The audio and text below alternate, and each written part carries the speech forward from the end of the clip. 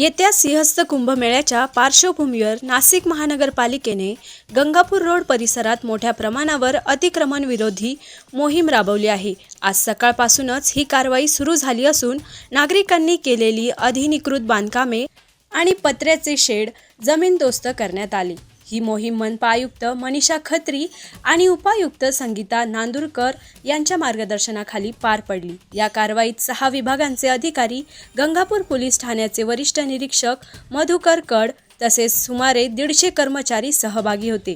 कारवाई दरम्यान काही नागरिकांनी विरोध करण्याचा प्रयत्न केला, मात्र पोलीस व प्रशासनाने कारवाई यशस्वीपूर्ण केली।